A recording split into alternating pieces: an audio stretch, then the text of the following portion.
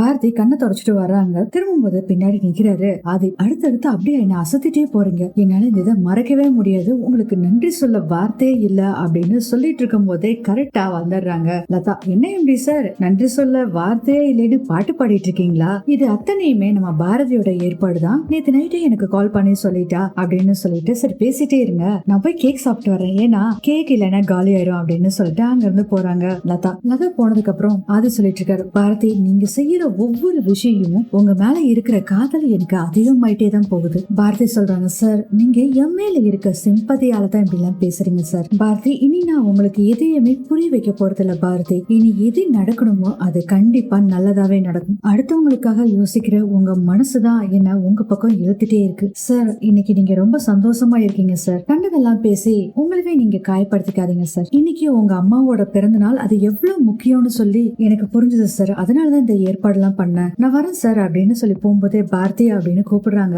பார்த்தா ஒரு சின்ன ஒரு கிஃப்ட் வாங்கியிருக்காரு, ஏன் அம்மா பர்த்டேக்காக என் ஃப்ரெண்டுக்கு வாங்கின கிஃப்ட் அப்படிங்கிறாங்க. சார் இல்ல சார் ப்ளீஸ் பாரதி வாங்கிக்கங்க பாரதி ப்ளீஸ் பாரதி. ரொம்ப கம்பல் பண்ணோடனே பாரதி அந்த கிஃப்ட் வாங்கிக்கிறாங்க. சார் எனக்கு நாளைக்கு ஒரு ஹாஃப் டே பெர்மிஷன் வேணும் சார், கண்டிப்பா எடுத்துக்கோங்க பாரதி அப்படின்னு சொல்றாங்க ஆதி. தேங்க்யூ சார் அப்படின்னு சொல்லிட்டு அங்க இருந்து போயிடுறாங்க பாரதி. ஆக்சுவலா இந்த கிஃப்ட கொண்டு போய் சாரதா கிட்ட கொடுக்கணுங்கிறதுக்காக தான் இந்த ஹாஃப் டே லீவ் கேக்குறாங்க போல இருக்கு. அடுத்தது வீட்டை காமிக்கிறாங்க. அடுத்த நாள் ஆயிடுதுங்க, தமிழ் ஸ்கூலுக்கு கிளம்பாம போன் வச்சு விளையாண்டுட்டு இருக்காங்க. பார்த்து வர செம்ம கோவம் வந்துருது, என்னடி ஸ்கூலுக்கு பரப்படாம நீ பாட்டுல போனை வச்சு விளையாண்டுட்டு இருக்கா அப்படின்னு சொல்லிட்டு போனை பொடிக்கி கீழே வச்சுட்டு முதல்ல கிளம்பு அப்படிங்கிறாங்க. அதுக்குள்ள மரகதம் வந்துடுறாங்க. விடுமா நான் அவளை ரெடி பண்றேன் அப்படின்னு சொல்லிட்டு இருக்காங்க. பேரண்ட்ஸ் மீட்டிங் வேற இருக்கு, நான் முடிச்சிட்டு வேற ஆபீஸ் போகணும், நான் வேணா என் ஃப்ரெண்டு கிட்ட சொல்லட்டுமா, முதல்ல நீ கிளம்புறதுக்கு வழிய பாரு அப்படின்னு சொல்லிட்டு இட்லி எடுக்க போயிடுறாங்க பார்த்தி. அதுக்குள்ள துரை வராரு, அம்மா வேணா ஆபீஸ் போட்டு தமிழ், உன்ன வேணா நான் பேரண்ட்ஸ் மீட்டிங் கூட்டிட்டு போட்டுமா அப்படின்னு சொன்ன கெக்க புக்கன்னு சிரிக்கிறாங்க தமிழ். அதுக்குள்ள மணியும் வந்துடுறாங்க, சாப்பாடு எடுத்துட்டு வந்துடுறாங்க. தமிழுக்கு பாரதி இவ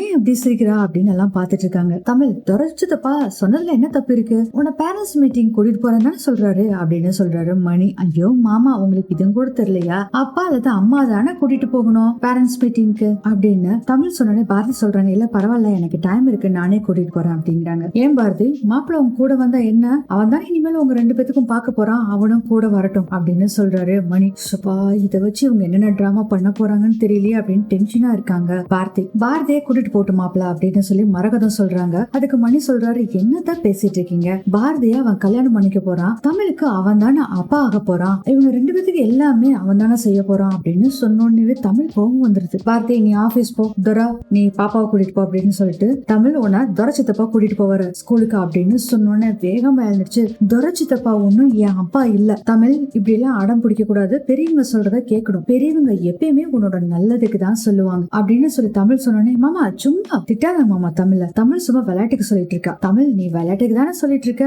இனிமேல் நான் தானே உன்னை பாத்துக்க போறேன், இனிமேல் என்ன சித்தப்பான்னு கூப்பிட வேணாம் அப்பானே கூப்பிடு அப்படின்னு சொன்னோன்னு என்ன கோவம் வருது தெரியுங்களா தமிழுக்கு. கையில தட்டம் வச்சிருக்காங்க சாப்பிடுறதுக்கு, அந்த தட்டத்தை டமால்னு கீழே தூக்கி போடுறாங்க. இதை பார்த்தோன்னே பயங்கர ஷாக்கா இருக்கு நம்ம பாரதிக்கு. பாரதிக்கு தான் துரைய பிடிக்கலன்னா தமிழுக்கும் துரைய பிடிக்கல, நீங்க ஒண்ணு என் அப்பா கிடையாது அப்படின்னு சொல்லிட்டு கோவமா அங்க இருந்து போயிடுறாங்க தமிழ். மாப்பிள்ள என்னங்க மாப்பிள்ள, குழந்தைகிட்ட கொஞ்சம் கொஞ்சமா தான் சொல்லி அவளை பக்குவப்படுத்தணும், டே துரை அப்பாங்கிறது வாங்குற மெடல் கிடையாது, கொஞ்சம் கொஞ்சமா அந்த புள்ள மனசுல இடம் பிடிக்கணும்டா. திடீர்னு பார்த்தா வாசுவோட போட்டோவை எடுத்துட்டு வர்றாங்க. எடுத்துட்டு வந்துட்டு அழுதுட்டே சொல்றாங்க, தமிழ் எனக்கு வாசு அப்பா தான் அப்பா, நான் வேற யாரையுமே அப்பாவா கூப்பிட மாட்டேன் அப்படின்னு சொல்லி அழுதுட்டு இருக்காங்க. அதை பார்த்துட்டு பார்த்து சொல்றாங்க, என்ன ஒரு பிரச்சனையுமே நானும் வாசுவும் தமிழ் முன்னாடி பேசினதே இல்ல, சண்டை போட்டாங்க கூட அவன் முன்னாடி சண்டை போட மாட்டோம், அவ மனசை ரொம்ப பாதிக்கும்னு சொல்லிட்டு நான் தமிழுக்காக எடுத்த முடிவு தான் இது, நீங்க பேசுற எதுக்குமே நான் மறுப்பு சொன்னதே இல்லை, நீங்க எல்லாம் தமிழுக்கு சொந்தம் தான்,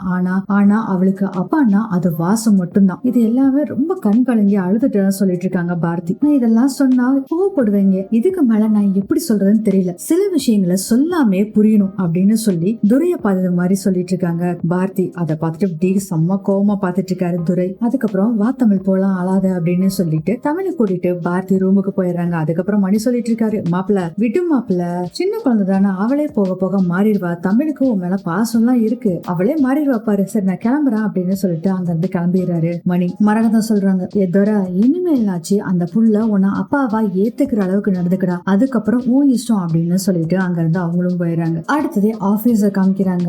வேலையை செய்ய முடியாம ஒரு போர் அடிக்குது லதாக்கு. இந்த பாரதி வேற பேரண்ட்ஸ் மீட்டிங் இருக்குன்னு சொல்லி ஆஃப் டே லீவ் போட்டா, இன்னைக்கு கேசவன் வர்றேன்னு சொன்னாரு, அவரும் வரலையே அப்படின்னு சொல்லிட்டு இருக்கும் போது ஆதி வர்றாங்க. கரெக்டா பாரதியோட சீட்டை பாக்குறாங்க. பாரதி வரலையா லதா அப்படின்னு கேக்குறாங்க. அவ நேத்தி உங்ககிட்ட சொல்றேன்னு சொன்னாலே ஆதி, பேரண்ட்ஸ் மீட்டிங் இருக்குன்னு ஹாஃப் டே லீவ் கேட்டிருந்தா. அட ஆமா, நான் தான் மறந்துட்டேன். ஆக்சுவலா பாரதி வந்தோடனே புது டெண்டர் ஃபைல் இருக்கும், அதை எடுத்துட்டு வர சொல்லிருங்க அப்படின்னு சொல்லும் போது இங்க கேசவன் வந்துடுறாங்க. கேசவன் கிட்ட எப்படிடா இருக்கு கேசவ் உங்க அப்பாக்கு அப்படின்னு கேக்குறாங்க. நல்லா இருக்கடா இப்போ அப்படின்னு சொல்லும் போது ஒரு போன் கால் வருது ஆதிக்கு. போன் பேசிட்டு வரேன்ட்டு அங்க இருந்து போயிடுறாரு ஆதி. அதுக்கப்புறம் கேசவன் லதா 2 பேரும் பேசிட்டு இருக்காங்க. உங்க அப்பாக்கு எப்படி இருக்கு அப்படின்னு கேக்குறாங்க. பரவாயில்ல, கொஞ்ச நாளைக்கு பத்திரமா பாத்துக்க சொல்லிருக்காரு அப்படின்னு டாக்டர் சொன்னாங்கன்னு பேசிக்கிட்டு இருக்காங்க. அதுக்குள்ள ஆதி கூப்பிட்டாங்க, நீ வேலை பாருல தான், நான் வரேன் அப்படின்னு சொல்லிட்டு அங்க இருந்து கேசவன் போயிடுறாரு. அதுக்கப்புறம் கொஞ்ச நேரத்துல பாரதி வர்றாங்க. ஏ பாரதி, ஏன் பாரதி டல்லா வர்ற, நீ பேரண்ட்ஸ் மீட்டிங் போலியா? இல்ல லதா போயிட்டு தான் வரலதா. ஏண்டி எப்ப பார்த்தாலும் மூஞ்சி இப்படி உருனே வச்சுட்டு இருக்கு, இப்படி டல்லாவே இருக்கு, என்னடி உனக்கு பிரச்சனை? இல்லடி வீட்டுல ஒரே பிரச்சனைடி அப்படின்னு சொல்லிட்டு நடந்த விஷயத்த பூரா சொல்றாங்க பாரதி. இது எல்லாத்தையும் கேட்டோன்னு அதான் சொல்றாங்க, ஏ பாரதி, தமிழ் சரியா தானே சொல்லிருக்கா, உனக்கு தான் துறையை பிடிக்கலன்னு வாய் திறந்து சொல்ல தைரியம் இல்ல, எப்படித்தான் நீ இந்த கல்யாணத்தை பண்ணிக்க போறியா எனக்கு தெரியலடி. சரி சரி, ஆதி வந்தோடனே அந்த புது டெண்டர் ஃபைல எடுத்துட்டு வர சொன்னாரு, சரி நான் பாத்துக்கிறேன் அப்படின்னு சொல்லிட்டு பாரதி இந்த டெண்டர் ஃபைல எடுத்துட்டு ஆதி ரூமுக்கு போறாங்க. அதுக்கப்புறம் பாரதி ஆதி கிட்ட ஃபைல கொடுக்குறாங்க. செக் பண்ணி பாத்துட்டு இருக்காங்க. பாரதி ஏன் டல்லா இருக்கீங்க அப்படின்னு ஆதி இருக்கிறாரு. ஒண்ணு இல்ல சார் அப்படிங்கிறாங்க. வெரி ஃபர்ஸ்ட் டைம் இவ்வளவு மிஸ்டேக்ஸ் உங்க ஃபைல்ல இப்பதான் நான் பாக்குறேன் பாரதி. அந்த ஃபைல வாங்கி பாக்குறாங்க. பார்த்துட்டு sorry sir, I am very sorry sir, next time இது மாதிரி எந்த பிரச்சனையும் வராம நான் பாத்துக்கிறேன் சார் அப்படின்னு சொல்லிட்டு போறாங்க. பாரதி ஒரு நிமிஷம் உட்காருங்க பாரதி. பாரதி, இப்போ நான் என்ன சொல்லிட்டேன், ஏன் உங்களுக்கு இவ்வளவு டென்ஷன்? நீங்க எப்பயுமே வேலையில இது மாதிரி நடந்து பார்த்ததே இல்ல, அதனாலதான் கேட்டேன். Sorry sir, I am very sorry sir. Bharathi, எதுக்கு இந்த சின்ன விஷயத்துக்கு இவ்வளவு சாரி கேக்குறீங்க? சோ சமீபத்துல ஏதோ ஒரு விஷயம் உங்களை டிஸ்டர்ப் பண்ணிருக்கு, அதனாலதான் பாரதி இப்படி எல்லாம் நடந்துட்டு இருக்கீங்க. சார், உங்க மனசுல நீங்க என்னதான் நினைச்சிட்டு இருக்கீங்க? நீங்க பேசுறத பார்த்தா நான் என்னமோ உங்களை பத்தி நினைச்சுக்கிட்டு நான் டிஸ்டர்ப் ஆகி இது மாதிரி தப்பு பண்ணிட்டு நினைக்கிறீங்களா? அப்படி ஒரு ஏதாச்சும் என்ன இருந்ததுன்னா அதை மாத்திக்கிங்க அப்படின்னு சொல்றாங்க பாரதி. ஆக்சுவலா ஆதி அவங்க ஏதோ மனசுல கஷ்டப்படுறாங்கன்னு அப்படின்னு கேக்குறதுக்கு தான் அவரு கேக்குறாரு. ஆனா இவங்க தப்பா புரிஞ்சுட்டு பேசிட்டு இருக்காங்க பாரதி. பாரதி, நான் அப்படிலாம் எதுவுமே கேட்கல பாரதி, சும்மா யதார்த்தமா கேட்டேன் அவ்வளவுதான். சார், எங்க வீட்டுல ஏற்கனவே ஏகப்பட்ட பிரச்சனை சார், அந்த குழப்பத்துல தான் நான் சரியா கவனிக்காம விட்டுட்டேன் சார், இனிமேல் இப்படி நடக்காது சார் அப்படின்னு சொல்லி ரொம்ப ஃபீல் பண்ணி பேசிட்டு இருக்காங்க பாரதி. பாரதி, என்ன வேண்டான்னு சொல்றதுக்கு ஏதாச்சும் ஒரு நியாயமான ஒரு காரணம் சொல்லுங்க, நான் இத பத்தி பேசவே மாட்டேன். பாரதி கேக்குறாங்க, நீங்க என் மேல பரிதாபப்பட்டு இப்படி கேக்குறீங்களா இல்ல அப்படிங்கும் போதே பாரதி, கண்டிப்பா இல்ல பாரதி, நீங்க சொன்ன எதுவுமே என்ன பாதிச்சது இல்ல. அப்படின்னா எதுக்காக என்ன விரும்புறீங்க சார்? நான் ரொம்ப சராசரியான பொண்ணு சார், என் வாழ்க்கையில எனக்குன்னு எந்த ஒரு விருப்பு வெறுப்பு எதுவுமே கிடையாது. இப்ப நான் வாழ்ற வாழ்க்கை தமிழுக்காக மட்டும்தான் சார். ஆதி சொல்றாரு, பாரதி உங்களை எனக்கு பிடிச்சதுக்கு 1000 காரணம் இருக்கு பாரதி, என்ன உங்களுக்கு பிடிக்காம போறதுக்கு சரியான ஒரே ஒரு ரீசன் சொல்லுங்க, ஆனா அது எனக்கு கன்வின்ஸ் பண்ற மாதிரி அப்படி இருந்தா அதை நான் அக்செப்ட் பண்ணிக்கிறேன் பாரதி. இங்க பாருங்க, நீங்க புத்திசாலித்தனமா பேசுறேன்னு நினைச்சிட்டு இருக்கீங்க, எனக்கு என் பொண்ணோட வாழ்க்கையை தவிர வேற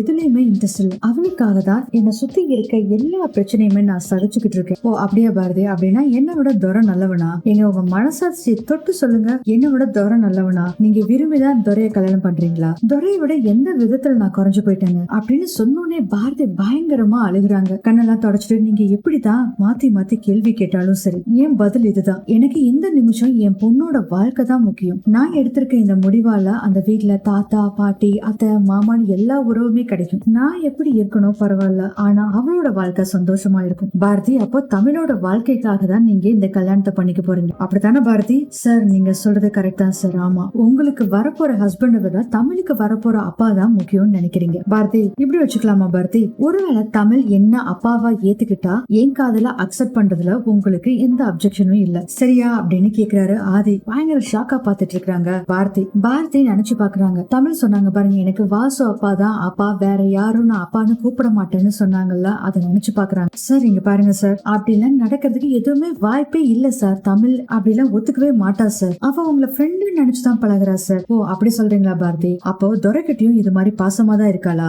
பாரதினால அது என்ன சொல்றதுனே தெரியல, அப்படி பதில் சொல்லாம பேசாம இருக்காங்க. என்ன பாரதி, பதில் சொல்ல முடியலையா? இங்க பாருங்க, தமிழ எனக்கு ரொம்ப பிடிக்கும், தமிழுக்கும் என்னைய ரொம்ப பிடிக்கும். அவ கூட ஒரு ஆத்மார்த்தமான அன்போட பழக முடியும். அது உங்களுக்கும் தெரியும் பாரதி. அதனாலதான் எந்த சூழ்நிலையுமே என்னை உங்களால விட்டு கொடுக்கவும் முடியல, விட்டு போகவும் முடியல. என் மேல அன்பு இல்லைன்னு சொல்லி உங்களை நீங்களே ஏமாத்திக்காதீங்க பாரதி அப்படின்னு சொல்லி ஆதி சொல்றாரு. பாரதி ஒரே குழப்பத்துல இருக்காங்க. இதோட இந்த எபிசோட் முடியுது.